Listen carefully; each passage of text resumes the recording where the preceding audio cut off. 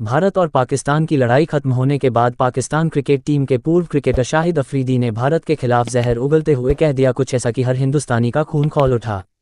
यहां तक कि इंडियन टीम के पूर्व क्रिकेटर शिखर धवन भी बुरी तरीके से भड़क गए और शाहिद अफरीदी को जमकर फटकार लगाते हुए कह दिया कुछ ऐसा जिसे सुनकर हर कोई हैरान हो गया। तो आखिर शाहिद अफरीदी ने भारत के खिलाफ जहर उगलते हुए क्या कुछ बयान दिया है और शिखर धवन ने मुंहतोड़ जवाब देते हुए क्या कुछ कहा है। शाहिद अफरीदी और शिखर धवन के बीच हुई इस जुबानी जंग की पूरी कहानी हम आपको इस वीडियो में जरूर दिखाने वाले हैं। लेकिन दोस्तों, उससे पहले आपको क्या लगता है, क्या पाकिस्तान के साथ सभी व्यापार को खत्म कर देना चाहिए या फिर नहीं?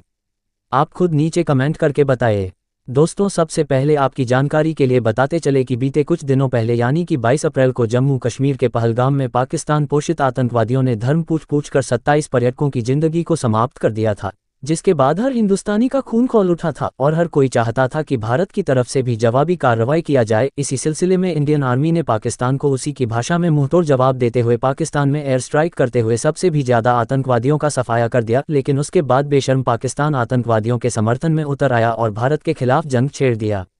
इंडियन आर्मी ने पाकिस्तान के द्वारा किए गए सभी हमले को नाकाम कर दिया और पाकिस्तान के कई अड्डों पर हमला कर दिया, जिसके बाद पाकिस्तान गिड़गिड़ाते हुए अमेरिका के राष्ट्रपति डोनाल्ड ट्रंप से युद्ध को रोकने के लिए अपील किया, जिसके बाद डोनाल्ड ट्रंप ने दोनों देशों से बातचीत करके युद्ध को खत्म करवा दिया। इंडियन आर्मी से बुरी तरीके से शिकस्त मिलने के बावजूद पाकिस्तान के लोग बेशर्मी से रैली निकालने लगे और पाकिस्तान में ये कहकर खुशी मनाया गया कि पाकिस्तान ने इंडिया को हरा दिया है। वहीं पाकिस्तान क्रिकेट टीम के पूर्व खिलाड़ी शाहिद अफरीदी ने युद्ध खत्म होने के बाद भारत पर जहर उगलते हुए कह दिया कुछ ऐसा जिसे सुनकर हर हिंदुस्तानी का खून खौल उठा। लेकिन इसका जवाब देते हुए भारतीय क्रिकेटर शिखर धवन ने उनको मुंहतोड़ जवाब दिया है। तो वीडियो के अंत तक बने रहिए, हम आपको इन दोनों खिलाड़ियों के बीच हुए जुबानी जंग को जरूर दिखाने वाले हैं। दोस्तों, भारत और पाकिस्तान के बीच सीज फायर का ऐलान होने के बाद पूर्व पाकिस्तानी क्रिकेटर शाहिद अफरीदी ने भारत पर जहर उगलते हुए कहा कि पाकिस्तानी सेना के ताकत को देखकर भारत डर गया है और मुझे तो पहले से लगता था कि इंडिया कभी भी पाकिस्तान को टक्कर नहीं दे पाएगा और हुआ भी वही। पाकिस्तान की सेना ने इंडिया को इतनी जबरदस्त शिकस्त दी है जिसकी वजह से इंडिया को हमारे सामने झुकना पड़ा है। भारत कभी भी पाकिस्तान को नहीं हरा सकता है और पाकिस्तान के परमाणु शक्ति से तो पूरा हिंदुस्तान हिल जाता है। पाकिस्तान ने पूरी तैयारी कर ली थी कि अगर हिंदुस्तान ने पाकिस्तान पर किसी भी तरीके का बड़ा हमला किया तो हिंदुस्तान पर परमाणु हमला कर दिया जाएगा। हिंदुस्तान शुरू से ही पाकिस्तान से डरता आया है। हमने कश्मीर के बड़े हिस्से पर कई सालों से कब्जा कर रखा है, लेकिन हिंदुस्तान अभी तक कश्मीर के हिस्से को आज़ाद नहीं कर पाया है। और ऐसा भी वक्त आएगा जब पाकिस्तान की आर्मी पूरे कश्मीर को पाकिस्तान में शामिल कर लेगी।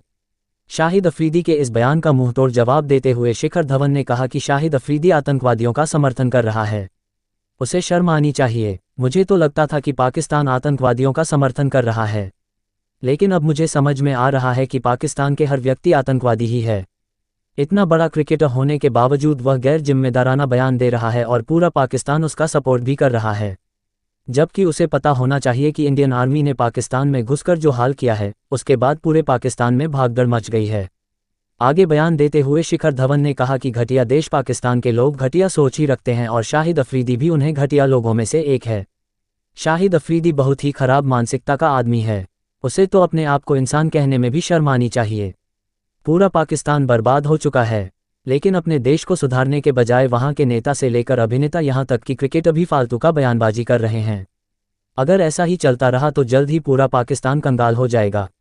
दोस्तों, शाहिद अफरीदी की इस घटिया बयान को लेकर आप क्या सोचते हैं?